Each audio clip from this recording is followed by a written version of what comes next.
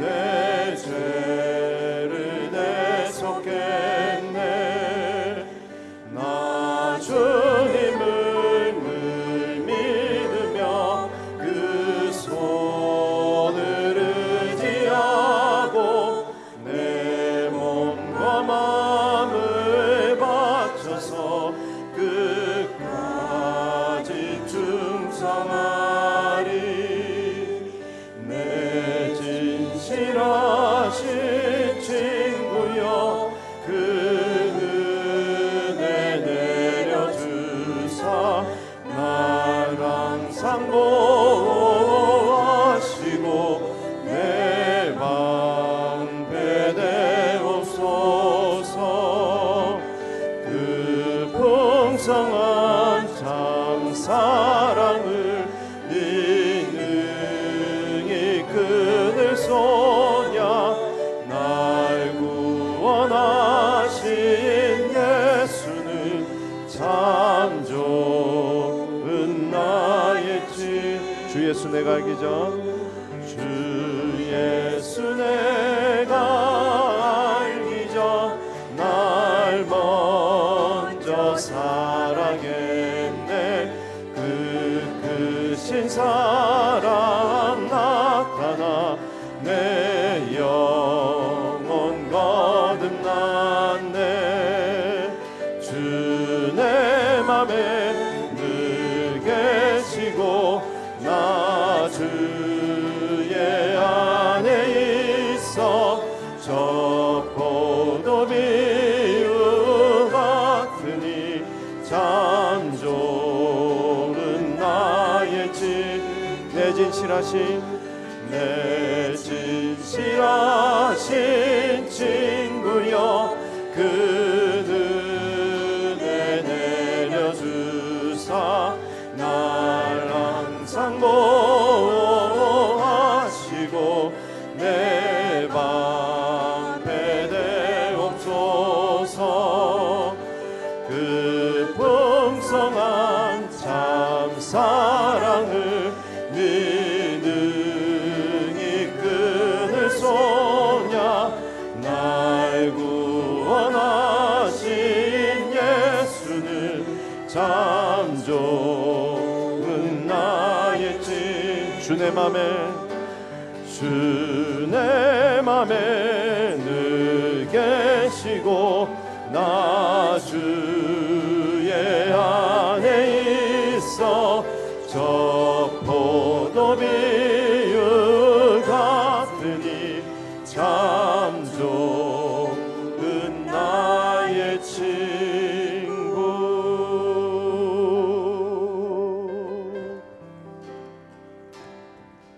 내가 주인 삼은 모든 것 내려놓고 내 주 대신 주 앞에 나가. 내가 사랑했던 모든 것 내려놓고 주님만 사랑해. 내가 주인 삼은 모든 것 내려놓고 내 주 대신 주 앞에 나가. 내가 사랑했던 모든 것 내려놓고 주님만 사랑해. 주 사랑 거친 풍랑에도 깊은 바다처럼 나를 잠잠케 해. 주 사랑 내 영혼의 반석. 주 사랑 위에 서리. 내가 주인 삼은 모든 것 내려놓고 내 주 대신 주 앞에 나가. 내가 사랑했던 모든 것 주님만 사랑해. 내가 주인 삼을 모든 것 내려놓고 내 주 대신 주 앞에 나가 내가 사랑했던 모든 것 내려놓고 주님만 사랑해. 주 사랑 거친 풍랑에도 깊은 바다처럼 나를 잠잠케 해. 주 사랑 내 영혼의 반석 주 사랑 위에 서리. 주 사랑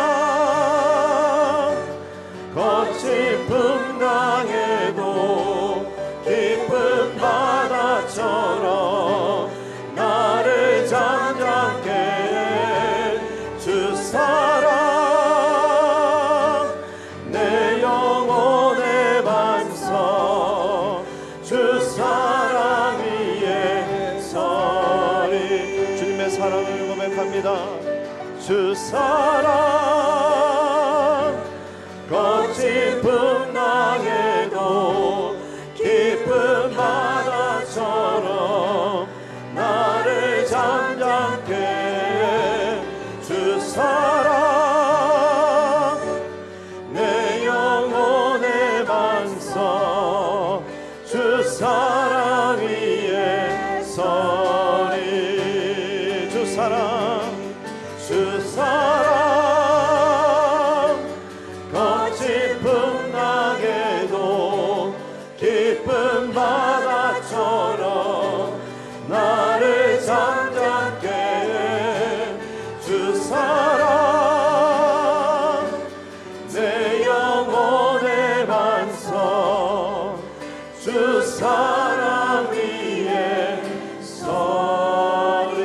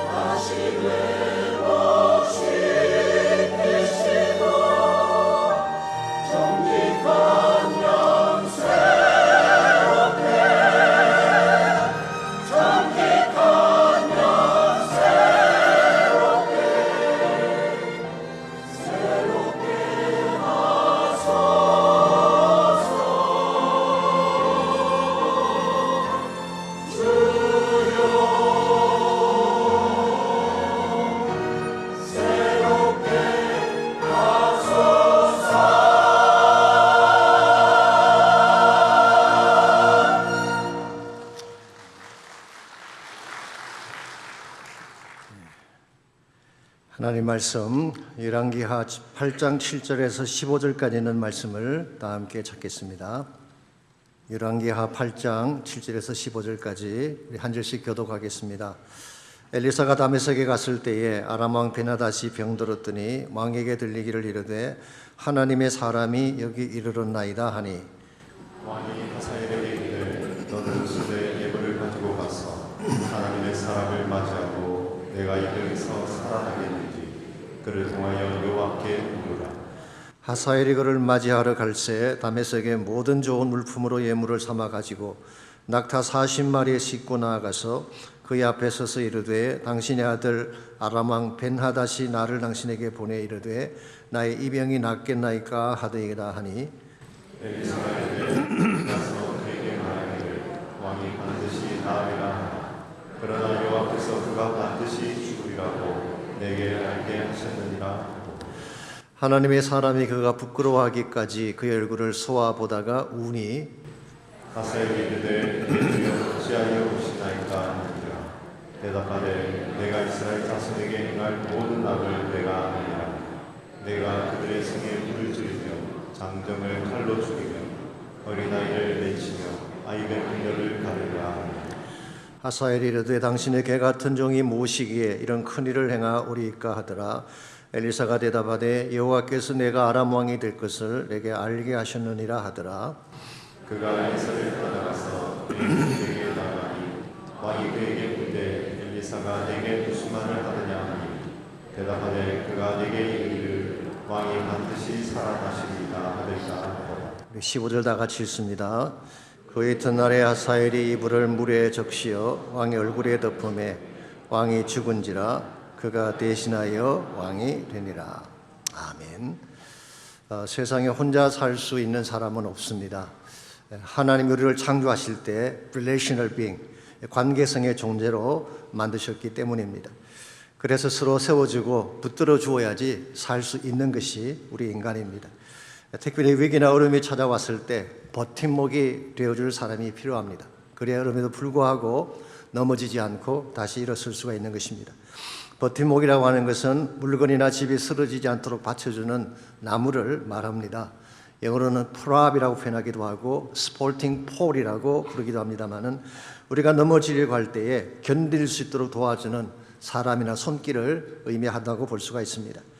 얼마 전에 신문을 봤더니 한국의 10대에서 30대 사망 원인 1위가 자살이라고 나와 있었습니다. 자살의 원인은 다양하죠. 경제적 어려움 때문에 자살하기도 하고 직장이나 또 학생들 경우는 학폭 때문에, 왕따 때문에, 자존감의 상실이나 우울증 등 여러 가지 많은 자살의 이유들이 있습니다. 그러나 극단적인 선택을 하는 진짜 이유는 자신을 지켜줄 마지막 버팀목이 없기 때문이라고 합니다. 누군가 한 사람이라도 자신을 이해해주고 진실된 사랑으로 붙잡아주기만 한다면 다시 살아날 수가 있는데 그 한 사람이 없어서 생을 포기한다고 하는 것입니다. 그러므로 정말 힘들고 어려울지라도 누군가가 내 곁에 있어서 버팀목이 되어주기만 한다면 우린 다시 일어설 수가 있는 것입니다. 한국의 현대문학을 대표하는 여러 소설가 중에 박완서 작가와 박경리 작가님이 계십니다. 아마 잘 아실 것이에요. 이 박완서 작가는 나목이라고 하는 책 혹은 그 많던 싱하는 누가 다 먹었을까라는 책 유명한 분입니다. 박경리 작가는 토지라고 하는 아주 대하소설을 써서 잘 알려진 분이시죠. 이 박완서 작가는 소설가로서 성공을 하고 명성도 얻었습니다마는 1988년 5월 달에 남편이 세상을 떠났습니다. 그리고 같은 해 8월 달에 25살 난 아들을 잃게 됐어요. 서울 의과대학을 졸업을 하고 병원에서 레지던트로 일하던 외아들이었는데 갑자기 세상을 떠난 것입니다. 이들이 한꺼번에 죽게 되자 그녀는 너무나 크게 절망을 했습니다. 모든 활동을 다 끊고 물도 음식도 숨쉬는 것 자체가 싫었어요. 스스로 미치지 않는 것이 저주스러울 정도였다고 합니다. 주변 사람들이 위로한답시고 시간이 지나면 잊게 될 거야, 또 웃으면 살게 될 거야 그렇게 말을 하면 그녀는 절규하면서 이렇게 반발을 했습니다. 나는 그게 무섭단 말이야. 생때 같은 아들을 잊게 된다는 것, 그게 무섭단 말이야 라고 외치면서 두문불출하고 누구도 만나지 않던 그런 삶을 살았는데요. 한 번은 누군가가 박경리 선생을 소개를 했습니다. 한 번만 만나보라는 것입니다. 그래서 원주에 계시는 박경리 선생을 찾아갔는데요. 박경리 선생이 친언니처럼 맨발로 뛰어나와서 그녀를 맞아주었습니다. 그리고는 마루에 앉히고 서둘러 밥을 짓고 배춧국을 끓여서 그녀에게 권했습니다. 고개를 돌리며 거부하는 박완서에게 우격다짐으로 음식을 떠먹이면서 이렇게 말을 했어요. 먹어야 살고 살아야 글을 쓰고 글을 써야 치유가 된다. 그래야 내가 살고 내 글을 잃는 아들 잃은 이 땅의 어미들이 산다. 내 아들의 죽음을 헛되게 하지 말라. 어여 먹어. 그렇게 말을 했어요. 다른 사람이 말했다면 듣지 않았을 박완서가 박경리 선생의 말을 듣고 밥을 먹었어요. 이유가 무엇인지 아십니까? 박경리 선생도 6.25 전쟁 때에 남편과 국민학생 아들을 한꺼번에 잃은 자였기 때문입니다. 둘 다 남편과 아들을 잃은 아픔이 공유되면서 밥을 눈물과 콧물과 국물을 함께 넘기며 살게 된 것입니다. 후일 박경리 선생이 세상을 떠났을 때에 박완서 작가가 이런 조사를 했습니다. 죽을 만큼 힘들었을 때 눈물 범벅으로 따순 밥과 배춧국을 아귀하게 먹여주신 당신은 저의 친정어머니였습니다. 친정어머니가 의미하는 바를 아시겠죠? 모든 것을 다 털어놓아도 괜찮을 대상. 내가 무슨 일을 하더라도 나의 버팀목이 되어줄 대명사가 친정어머니 아니겠습니까? 가장 힘들었을 때 자신의 힘으로 서는 것조차 버거울 때에 박경리 선생이 그녀의 버팀목이 되어준 것입니다. 여러분, 나는 한 명이라도 나의 말을 듣고 나를 붙들어줄 사람만 있다면 우리는 쓰러지지 않을 수가 있는 것입니다. 이런 면에서 여러분과 제가 누군가의 버팀목이 되어준다고 하는 것은 대단히 중요한 것입니다. 그래야 우리 때문에 낙심한 사람들이 다시 일어날 수가 있고 깨어진 사람들이 회복을 누릴 수가 있게 되는 것입니다. 우리 주변을 보십시오. 무너진 삶의 현장에서 신음하는 사람들이 생각보다 많이 있습니다. 우리의 가정을 보세요. 가정 안에도 깨어지는 아픔들, 무너지는 터전들이 많지 않습니까? 부부관계에 금이 가고 부모와 자녀관계에도 금이 가서 어려움을 겪는 가정들이 많이 있습니다. 교회 안에도 깨어지고 부서진 부분들이 많습니다. 혼합주의로 무너진 재단도 있고 기도가 멈추고 예배가 형식화되고 부흥이 멈춘 교회들 많이 있습니다. 누군가는 그 깨어진 틈사이에 들어가서 중보자가 되고 버팀목이 되어 주어야 하는데 그렇지 못할 경우에 무너진 터전은 절망 가운데 처할 수밖에 없는 것입니다. 사실 여러분과 저의 삶도 버팀목이 없었더라면 벌써 무너졌을 가능성이 많습니다. 근데 참으로 감사하게도 예수님 자신이 우리의 버팀목이 되셔서 지금까지 우리 삶을 이끌어 주신 것입니다. 예수는 나를 죄에서 건져내어 주시고 나에게 생명을 주실 뿐만 아니라 내가 무거운 짐을 지고 견디다 못해 쓰러지려고 할 때 나를 붙잡아 주시는 버팀목이 되어 주신 거예요. 여러분과 제가 예수 그리스도라고 하는 버팀목 때문에 여기까지 오게 된 것이 사실이라면 이제 우리도 누군가를 위한 버팀목이 되어 살아야 되는 것입니다. 그래야 우리 때문에 하나님 나라가 세워지게 되고 우리 때문에 어두운 세상에 소망의 빛이 비추어지게 되는 것입니다. 우리가 어떻게 하면 무너지고 붕괴되는 세상 가운데서 소망의 버팀목이 되어서 많은 사람들에게 희망을 안겨주고 빛을 안겨주며 살아갈 수가 있을까요? 올같이 봉독한 본문에 보시면 이스라엘의 버팀목이 되어서 이스라엘을 지켰을 뿐만 아니라 멀리 아람 제국에까지 영향을 끼쳤던 엘리사의 이야기가 오늘 본문에 기록이 되어 있습니다. 우리가 지금까지 살펴본 것처럼 엘리사는 수많은 기적과 영적 사역을 통해 이스라엘의 보호자 역할을 감당해 왔죠. 여리고 성이 오염되었을 때 그 물을 치유했습니다. 가난한 과부 집의 빈 그릇도 기름으로 가득 채워주었고 수넴 여인이 아들이 죽었을 때에 그 아들을 살리는 기적까지 베풀어 주었죠. 뿐만 아니라 아람 군대 장관 나만의 나병을 치유함으로써 멀리 이방 땅에까지 하나님을 전파할 수가 있었습니다. 무엇보다 사마리아 성이 포위되고 민족이 무너질 위기에 처하게 되었을 때에 선견자적 안목으로 적군을 물리치고 승리를 안겨주지 않았습니까? 그러므로 만약 엘리사라고 하는 버팀목이 없었더라면 진정 무너졌을 이스라엘. 그러나 엘리사 때문에 이스라엘이 지금까지 존재하게 된 것입니다. 이와 같이 이스라엘의 버팀목 역할을 감당했던 엘리사가 7절에 보시게 되면 다메섹으로 갔다고 했습니다. 다메섹은 아람의 수도이죠. 그런데 가보았더니 그때 아람 왕 베나닷이 병에 걸려서 신음을 하고 있었습니다. 아마도 중병이었던 것 같습니다. 병의 원인에 대해서는 정확하게 알 수는 없어요. 성경이 기록하고 있지 않기 때문에. 그럼에도 불구하고 유대 역사가인 조세푸스는 이렇게 설명을 했습니다. 지난번 사마리아를 침공했는데 그것에 대한 징벌이라고 해석을 했어요. 만일 그 해석이 맞다고 한다면 이 병은 단순한 질병이 아니죠. 하나님의 심판과 연관이 있는 질병입니다. 그렇기 때문에 8절을 보시게 되면 이 베나닷은 자신의 최측근인 하사이를 엘리사에게 보내서 이렇게 물었습니다. 내가 이 병에서 살아나겠는가? 그를 통하여 여호와께 물어달라고 요청을 했습니다. 즉 자신의 운명이 하나님 손에 달렸다는 사실을 인식한 것입니다. 그리고 9절을 보시면은 하사엘로 하여금 다메섹의 모든 좋은 물품들을 예물 삼아서 낙타 40마리에 싣고 가게 했어요. 엄청난 양의 예물이죠. 그러면서 이렇게 말합니다. 당신의 아들 아람왕 벤하닷이 보낸 것이라고 했어요. 여러분 아이러니하지 않습니까? 세계를 호령하는 시리아 제국의 왕이 자기 스스로 엘리사의 아들이라고 자처를 하고 있습니다. 한때는 엘리사를 죽이려고 했던 그 왕이, 적국의 왕이 왜 이와 같이 변화했을까요? 아마도 그는 엘리사밖에는 자기 생명을 건질 대안이 없다는 것을 알았기 때문일 것입니다. 더 정확히 말씀드리면 엘리사 뒤에 계신 하나님만이 자신의 질병을 고칠 능력자라는 것을 알았기 때문입니다. 이것을 보게 되면요, 엘리사가 비록 자신의 적이긴 했지만 내심 이 베나닷의 마음속에는 엘리사를 경외하는 마음이 있었던 것 같습니다. 두려워하고 존경하는 마음이 있었어요. 왜냐하면 엘리사가 그동안 이스라엘의 버팀목이 되어서 행하였던 그 능력의 일들을 직접 보았기 때문입니다. 우리 크리스찬들이 믿음으로 바로 살면요, 세상이 우리를 반대하면서도 사실은 두려워합니다. 핍박하면서도 경외하게 되는 것입니다. 그리고 위기의 때에 그들이 우리를 찾아옵니다. 왜냐하면 우리 안에는 자신들이 갖지 못한 신비로운 능력, 하나님의 능력이 있다는 사실을 알기 때문이죠. 저는 크리스찬 삶이 이와 같아야 된다고 생각합니다. 세상과 같아지면 아무런 메시지가 없어요. 세상 사람과 똑같은 삶을 산다면 세상을 변화시킬 능력이 어디에서 나오겠어요? 그런데 세상은 갖지 못하고 있지만 여러분과 저에게는 있는 하나님의 능력, 복음의 능력을 보여주게 될 때에 세상에 임팩을 끼칠 수가 있게 되고 세상을 변화시킬 수가 있는 것입니다. 이런 의미에서 우리가 진실로 이 땅을 지켜내는 버팀목이 되려면 우리가 먼저 바른 사람이 되어야 하는 것입니다. 바른 믿음으로 참된 진리의 빛을 보여주어야지 어둠 가운데 무너지는 이 세상을 다시 살려낼 수 있게 되는 것입니다.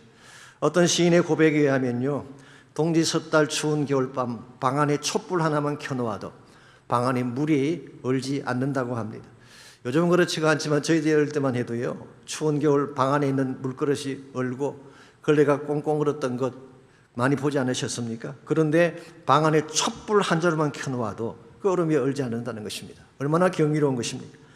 약하게 거지없는 촛불 한 개, 그게 무슨 대단한 힘이 있을까 생각할지 모르지만 그것이 뿜어내는 작은 열기가 차가운 겨울밤 공기도 녹여낸다는 것입니다. 이와 같은 것이 크리스찬 삶의 역할입니다. 비록 작지만 그 속에 타오르는 진리의 불꽃이 있어서 죄악된 세상을 밝히고 차가운 땅을 녹여주는 역할, 이것이 크리스찬의 역할이고 이와 같은 삶을 살 때 우리의 삶이 소망의 버팀목이 되는 것입니다. 여러분과 저는 험악한 세상 한가운데서 살고 있습니다. 우리 주변에는 무너지고 깨어지고 넘어지는 사람들이 많습니다. 우리가 어떻게 하면 그들 속에 들어가서 그들을 세워주는 버팀목 역할을 감당하며 살아갈 수가 있을까요? 오늘 본문에 소개된 엘리사의 계시를 통해서 무너져 내리는 세상 속에서 소망의 버팀목이 되려면 꼭 갖춰야 될 세 가지 자질을 함께 정리해 보려고 합니다. 첫 번째로 어두운 세상 속에서 소망의 버팀목 역할을 감당하려면 바른 소신이 필요합니다. 소신이라고 하는 자질이 있어야 돼요.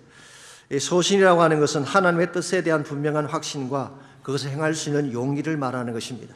하나님의 뜻만 분명하다면 어떤 불이익이 올지라도 주저하지 않고 행할 수 있는 것, 이것을 우리는 영적 소신이라고 부르는 것입니다. 그러므로 이것은 고집과는 다른 것입니다. 고집은 자기 뜻을 우기는 것이죠. 그리고 자기 뜻대로 되지 않으면 판을 뒤엎기도 하는, 이게 고집입니다. 그런데 영적인 소신은 그렇지 않습니다.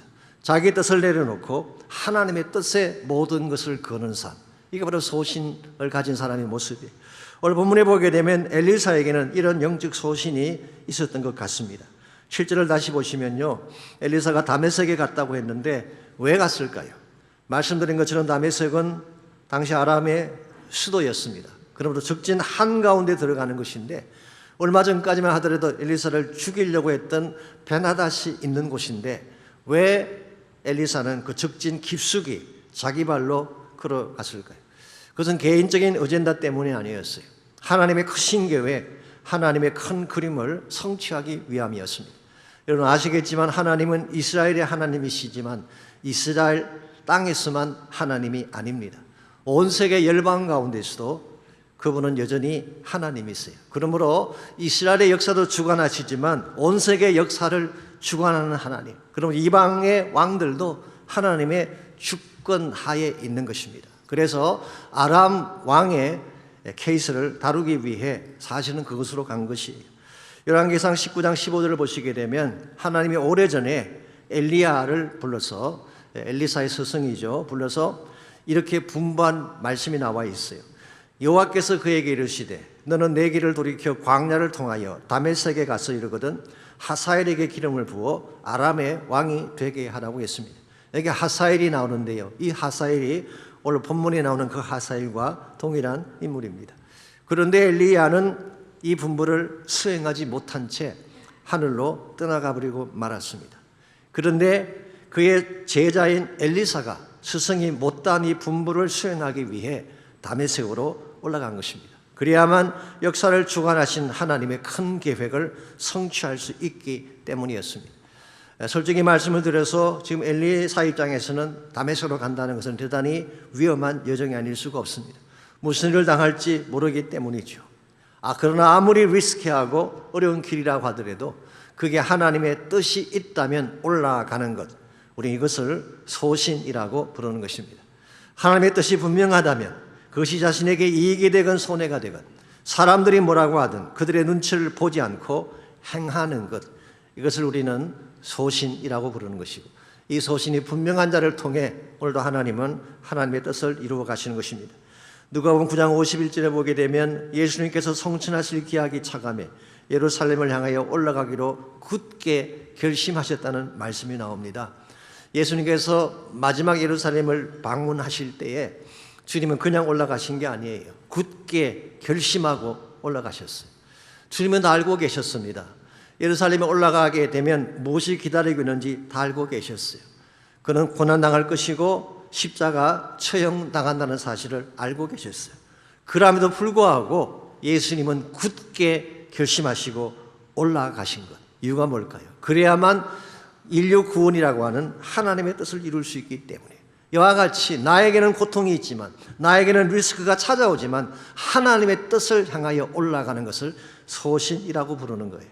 사도행전 20장에 보게 되면 사도 바울도 이와 유사한 소신을 밝힌 적이 있습니다. 바울은 3차 선교행을 마치고 에베소에서 약 3년간을 머물렀죠. 사실은 그 정도만 해도 충분합니다. 3번에 걸쳐 선교행 다녀왔죠. 수많은 교회를 개척했죠. 에베소에 또한 선교 베이스를 잘 만들었어요. 이 정도면 충분한데 바울은 거기서 멈추지 않고 예루살렘으로 올라가겠다고 했어요. 그런데 예루살렘 올라가는 것은 대단히 위험한 길이었습니다. 왜냐하면 예루살렘에는 바울을 잡기 위해 기다리는 유대인들이 있었기 때문에, 특별히 예루살렘에는 금식하며 바울을 죽이기 위해 기다리고 있는 40명의 결사대가 있는 그런 곳이었습니다. 그러면 거기에 올라간다는 것은 죽음을 각오해야 되는 것입니다. 이 사실을 알게 된 바울의 척근 사람들이 눈물로 만류를 했어요. 가면 안 됩니다. 가면 죽습니다. 그럼에도 불구하고 사도 바울이 고백했던 유명한 고백이 사도행전 20장 22절에서 24절에 기록되어 있습니다. 보라, 이제 나는 성령에 매여 예루살렘으로 가는데 거기서 무슨 일을 당할는지 알지 못하노라. 오직 성령이 각 성에서 내게 정언하여 결박과 환난이 나를 기다린다 하시나. 바울은 몰랐던 거 아니에요. 올라가면 결박이 기다리고 있고 환난이 기다리고 있다는 사실을 알았어요. 그러나 내가 달려갈 길과 주 예수께 받은 사명, 곧 하나님의 은혜의 복음 전가한 일을 마치려 하면은 나의 생명조차 조금도 귀한 것으로 여기지 아니하노라. 그러고는 예루살렘으로 올라갔어요. 이와 같은 것을 우리는 영적 소신이라고 하는 것입니다. 우리에게 이와 같은 소신이 분명할 때에 세상이 우리를 우습게 볼 수가 없습니다. 감히 누구도 막아설 수 없는 결단이 우리 안에 가득 차 있기 때문이죠. 그럼에도 불구하고 우리는 가끔 소신 없이 살아갈 때가 있습니다. 갈대처럼 세상 바람 따라 움직이고 이익과 계산 따라 이리저리 흔들릴 때가 있다는 것입니다. 이와 같은 모습으로는 절대로 세상에 임팩을 끼칠 수가 없습니다. 더구나 버팀목이 된다는 것은 있을 수가 없는 것입니다. 조그마한 유혹이나 핍박의 바람에도 쉽게 흔들릴 것이기 때문이죠. 오래전에 미국의 토크쇼 진행자 중에 필 도나휴라고 하는 사람이 있었습니다. 제가 처음 미국에 왔을 때 가장 인기가 있는 토크쇼 인도자였죠. 백색 머리칼에 날카로운 지성에 기독교에 대해서 냉소적이었던 그런 인물. 이번에 토크쇼 프로그램이 내셔널 텔레비전에 29년 동안 방송이 됐어요. 그만큼 그는 인기가 많았고 영향력이 큰 그런 언론이었습니다만은 이 사람이 한 번은 탄광촌을 취재하기 위해서 탄광촌을 들어간 적이 있습니다. 그때 그는 그곳에서 한 광부가 동료들을 모아놓고 기도하는 장면을 보게 됩니다. 일과를 끝내고 해질 무렵인데 둥글게 모여서 함께 기도하는 모습이 얼마나 아름다운지 It's so beautiful. 그래서 그 광부에게 자신의 명함을 보여주면서 부탁을 했습니다. 방금 그 장면을 한 번만 더 재현해 주시지 않겠는가? 이것이 방송에 나가게 된다면 당신은 하루아침에 유명해질 수가 있습니다. 이 말을 들은 광부가 이런 지하에 노라고 거절했어요. 그럴 수 없습니다. 우리는 방금 거룩하신 하나님께 기도한 것입니다.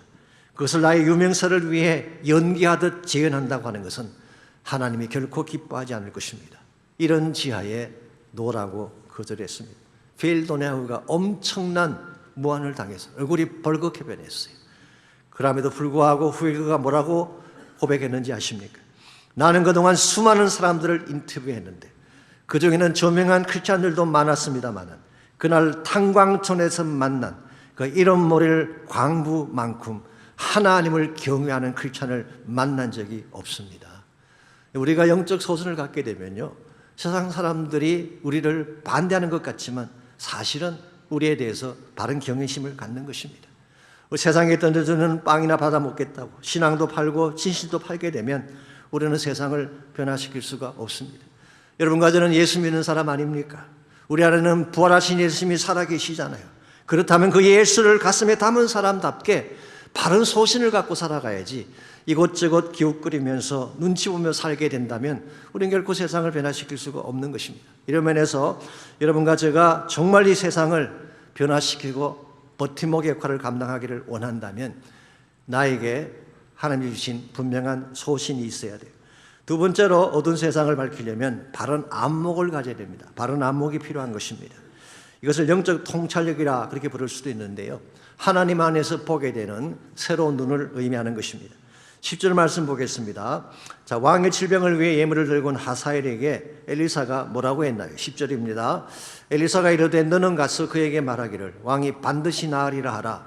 그러나 여호와께서 그가 반드시 죽으리라고 내게 알게 하셨느니라 하고, 반드시 나을 것인데 반드시 죽을 것이다. 이게 무슨 뜻일까요?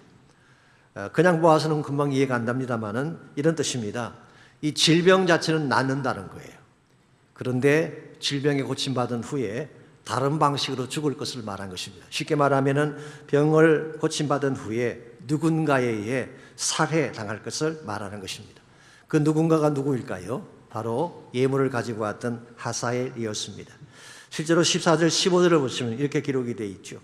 그가 엘리사를 떠나가서 그의 주인에게 나아가니 왕이 그에게 묻되 엘리사가 내게 무슨 말을 하더냐 하니 대답하되 그가 내게 이르기를 왕이 반드시 살아나시리이다 하되이다 하더라. 그 이튿날에 하사엘이 이불을 물에 적시어 왕의 얼굴을 덮음에 왕은 죽은지라. 그가 대신하여 왕이 되니라. 정말 엘리사가 예언한 그대로 병에서는 살아났지만 살해당한 그 일이 벌어진 것입니다. 자, 그렇다면 엘리사가 어떻게 이 기가 막힌 역사적 시나리오를 알게 되었을까요? 10절을 다시 보시면 이렇게 기록되어 있습니다. 여호와께서 내게 알게 하셨느니라. 영어 성경 보시기에는 But the Lord has revealed to me. 나의 주 여호와께서 나에게 reveal 해주셨다. 이 말은 계시를 통해 알게 하셨다, 그런 것입니다. 여러분, 이와 같은 것을 영적 통찰력이라고 합니다.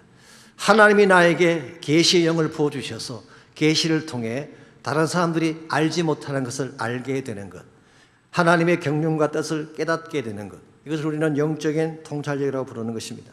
그런데요, 이와 같은 영적 통찰력은 나 자신에게서 나올 수가 없습니다. 책을 많이 읽는다고 해서 이것이 생기는 것이 아닙니다.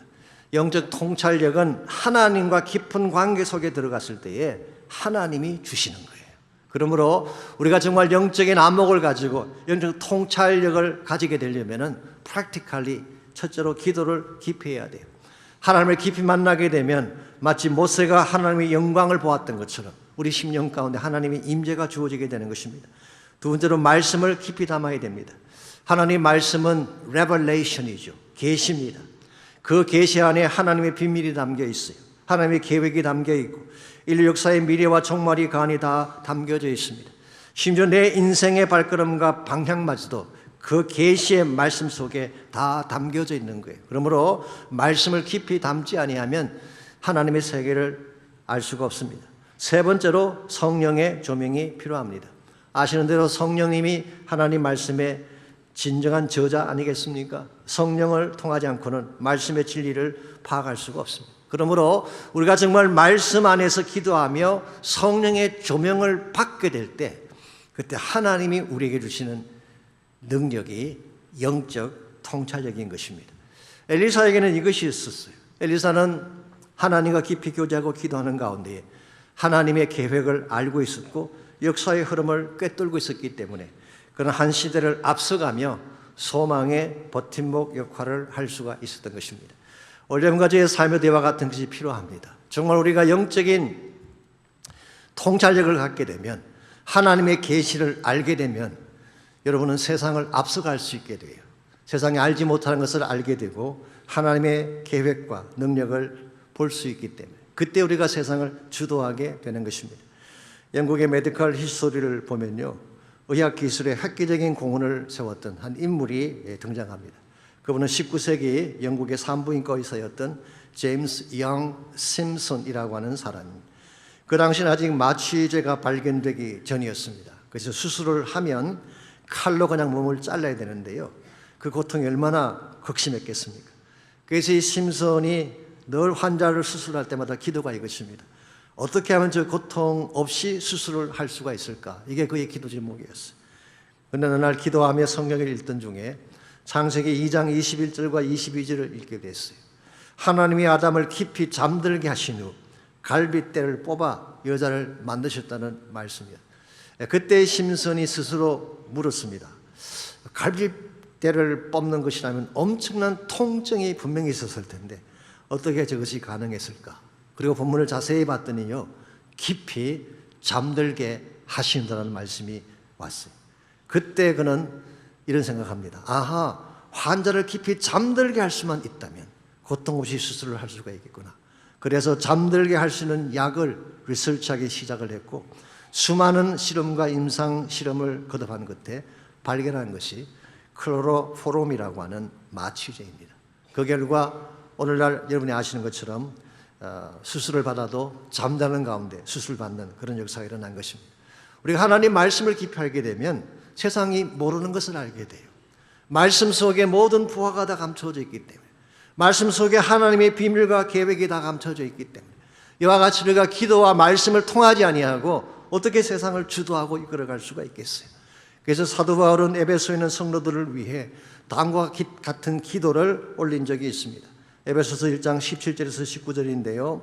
우리 주 예수 그리스도의 하나님 영광의 아버지께서 지혜와 계시의 영을 너희에게 주사 하나님을 알게 하시고 너희 마음의 눈을 밝히사 그의 부르심의 소망이 무엇이며 성도 안에서 그 기업의 영광의 풍성함이 무엇이며 그의 힘의 위력으로 역사하심을 따라 믿는 우리에게 베푸신 능력의 지극히 크심이 어떠한 것을 너희로 알게 하시기를 구하노라. 여기서 사도 바울은 에베소 성도들이 가져야 될 가장 소중한 축복을 간구하고 있습니다. 그것은 바로 계시의 영을 주셔서 그들 마음의 눈을 열게 해달라는 기도였어요. 마음의 눈이 열리기만 하면 부르심의 소망을 알게 됩니다. 마음의 눈이 열리기만 하게 되면 우리가 누리게 될 기업, 하나님 나라의 유산이 얼마나 풍성한 축복인가를 깨닫게 되는 것입니다. 우리의 영적 눈이 떠지게 되면 하나님의 능력이 얼마나 크신지, 지극히 크신 하나님의 능력을 비로소 알게 되는 것입니다. 이와 같이 우리의 영안이 떠지고 계시의 말씀을 통하여 우리 삶이 변화되게 될 때 여러분 세상을 이길 수 있고 세상을 주도할 수 있고 세상에 새로운 빛을 줄 수가 있는 것입니다. 이런 의미에서 우리가 이 세상 속에서 소망의 버팀목으로 살아가기를 원한다면 1차적으로는 영적 소신, 하나님의 뜻을 향한 분명한 소신을 가져야 됩니다. 두 번째는 기도와 말씀을 통해 영적 눈이 열려져야지 하나님의 세계, 하나님의 계획을 보고 이 세상을 바르게 이끌 수가 있게 되는 것입니다. 마지막 세 번째로 우리가 어두운 세상 가운데서 소망의 버팀목 역할을 하려면 바른 가슴이 필요합니다. 이 땅의 아픔과 민족의 아픔을 나의 아픔으로 끌어안고 울 수 있는 눈물이 필요하다, 그런 뜻입니다. 11절 말씀 보시면 엘리사가 보였던 조금은 뜻밖의 반응 하나가 기록이 되어 있죠. 11절입니다. 하나님의 사람이 그가 부끄러워하기까지 그의 얼굴을 쏘아보다가 우니. 엘리사가 아람 왕의 운명에 대한 말씀을 하사엘에게 전한 후에 그의 얼굴을 쏘아보기 시작했어요. 아마 제법 긴 시간 동안 쏘아보았던 것 같습니다. 부끄러울 정도로, 민망할 정도로, 당황스러울 정도로. 어떤 영어 번역은 until he got embarrassed, 그가 당혹스러워할 때까지 하사엘의 얼굴을 쳐다보다가 갑자기 울기 시작했어요. He began to weep. 왜 갑자기 눈물을 터뜨렸을까요? 그 이유가 11절에 12절에 나와 있습니다. 하사엘이 이르되 내 죄 어찌하여 우시나이까 하는지라. 대답하되 내가 이스라엘 자손에게 행할 모든 악을 내가 알미라. 내가 그들의 성에 불을 지르며 장정을 칼로 죽이며 어린아이를 맺히며 아이벤 분열을 가르리라 하니. 엘리사는 장차 자기 민족 이스라엘이 하사엘의 손에 어떻게 고초를 당한 것을 미리 보고 그 아픔 가운데 눈물을 흘린 것입니다. 동족의 아픔을 남의 일처럼 여기는 것이 아니라 자신의 아픔으로 끌어안고 울 수 있는 마음, 이게 바로 하나님이 기뻐하시는 하트입니다. 저는 솔직히 엘리사 그러면은 타프하고 냉정하고 타스크 중심의 그런 인물로 저는 생각을 했어요. 군대가 진을 치도 눈 하나 깜빡하지 않는 사람, 나만이 선물 공세를 퍼부어도 끄떡하지 않고 넘어가지 않던 아주 냉정한 성격의 소유자라고 생각했습니다마는 우리는 오늘 본문에서 엘리사의 눈물을 보게 됩니다. 그것도 자신을 위한 눈물이 아니라 동족의 아픔과 그들이 당할 처절한 운명을 바라보고 울었던 통고, 이것은 결국 값싼 눈물이 아닙니다. 거룩한 가슴에서 터져나오는 하나님이 기뻐하시는 눈물이었어요. 복음서에 보시게 되면 예수님께서도 눈물을 흘린 기록이 나옵니다. 그는 예루살렘 성을 바라보시며 우셨다고 했어요. 그토록 회개를 촉구했지만 돌이키지 않는 백성을 바라보며 암탉이 뺑아리를 품음같이 그들을 품고자 했지만 끝까지 거절하는 백성을 바라보며 무엇보다 이제 곧 닥칠 예루살렘의 멸망을 바라보며 예수님께서 통곡하며 우신 것입니다. 우리의 가슴에도 이와 같은 눈물이 필요합니다. 이곳의 고통, 민족의 아픔, 인류 역사의 어두운 밤을 보면서 마치 그것이 나의 문제인 양 끌어안고 울 수 있는 거룩한 눈물, 이 눈물을 가진 자가 되어야지 우리가 이 땅 가운데 새로운 소망을 전달해 줄 수가 있게 되고 이 세상을 회복시키는 일에 참을 수가 있습니다. 여러분과 제 가슴이 과연 하나님이 기뻐하는 눈물이 있을까요? 우리 자신을 위해서는 많이 울기도 하고 나의 어젠다를 위해서는 매어 달리기도 했지만 하나님의 나라를 위해서, 민족과 열방의 구원을 위해 울었던 적이 언제였는지, 오늘 여러분과 제 삶 속에 무너지는 이 터전을 바라보며 그 갈라진 틈 사이에 들어가서 기도하는 중보기도가 너무나 중요합니다. 저는 참 감사한 것이 지난주에 중보기도 축제 첫 시간 가졌는데 정말 많은 분들이 오셔서 뜨겁게 기도하셨어요. 더운 날씨에도 불구하고 피곤함에도 불구하고 그 많은 사람들이 왜 이곳에 모여서 그렇게 울며 기도했을까요? 그게 하나님의 가슴이 있기 때문이에요. 우리가 정말 하나님을 사랑한다면 우리에게 그 눈물이 회복되어져야 됩니다. 그리고 무너지는 가정을 위해, 무너지는 자녀들을 위해, 무너지는 이 땅을 위해, 무너지는 하나님의 교회와 나라를 위해 울며 기도할 수 있어야 됩니다. 사실은 여러분과 저 모두가 무너진 인생이었죠. 죄로 무너지고 탐욕과 거짓으로 붕괴된 인생이었습니다. 이와 같은 우리를 다시 세워준 버팀목이 바로 예수 그리스도셨습니다. 그분은 그 자신을 주심으로, 자신의 피를 흘리심으로 우리에게 생명을 주셨고 다시 살 수 있는 힘과 능력과 소망을 우리에게 부어 주셨어요. 바로 우리의 버팀목 되신 그 예수님이 지금 이곳에 와 계십니다. 여러분 곁에 와 계시며 여러분을 돕기를 원하세요.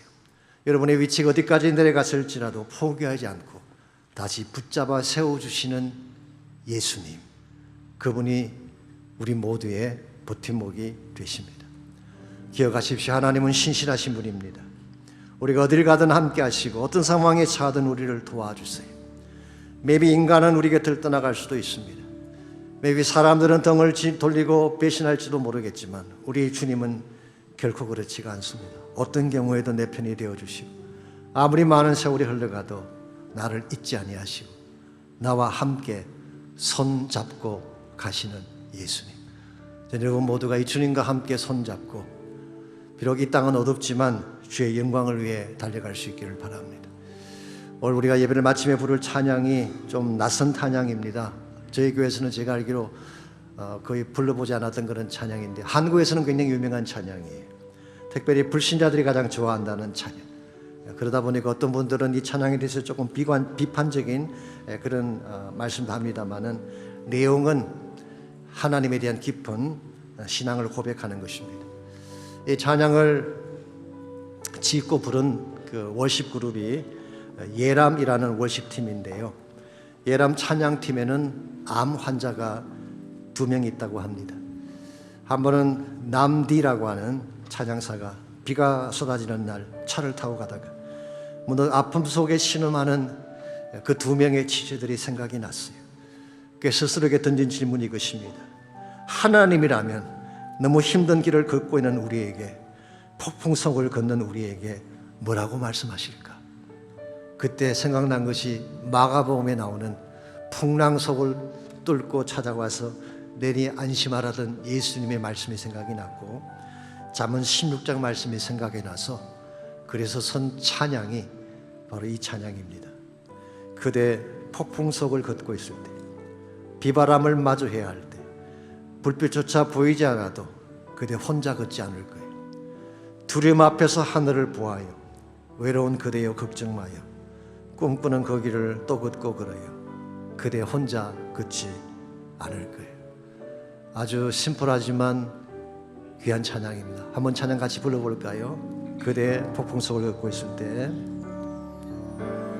폭풍 속에 걷고 있을 때 비바람을 마주해야 할 때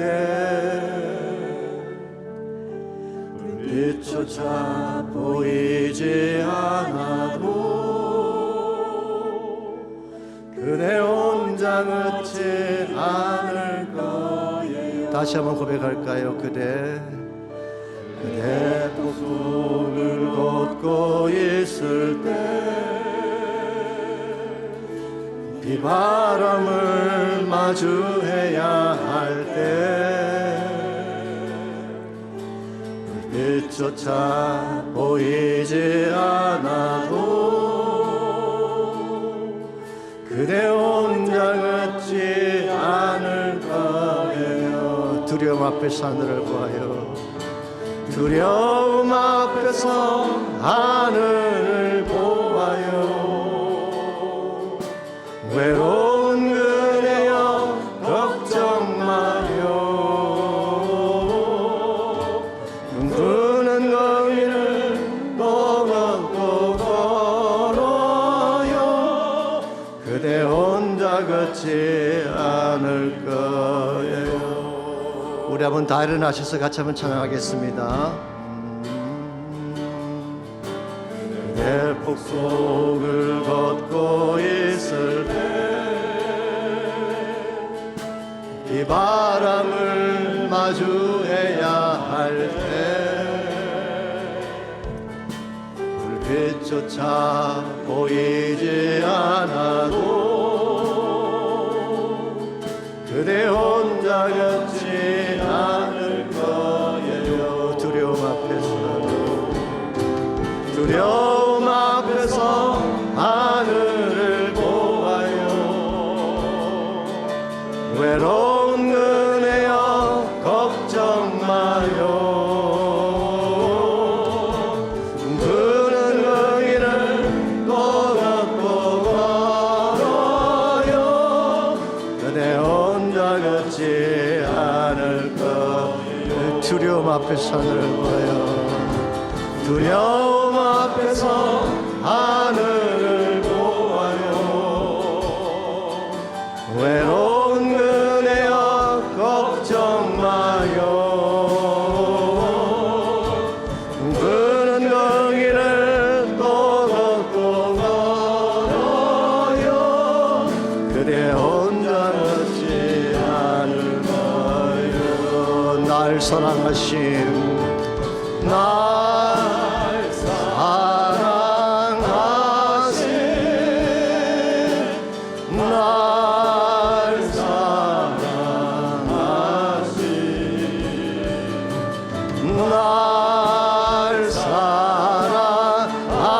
사랑하신 성경에서 날 사랑하신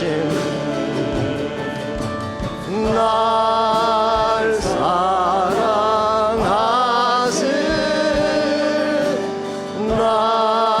날 사랑하신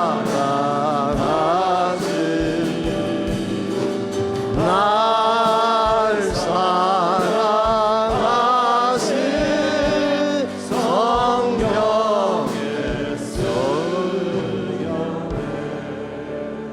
날 사랑하신 날 사랑하신 날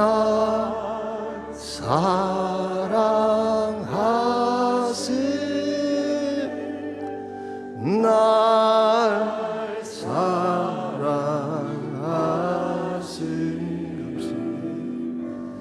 날 사랑하신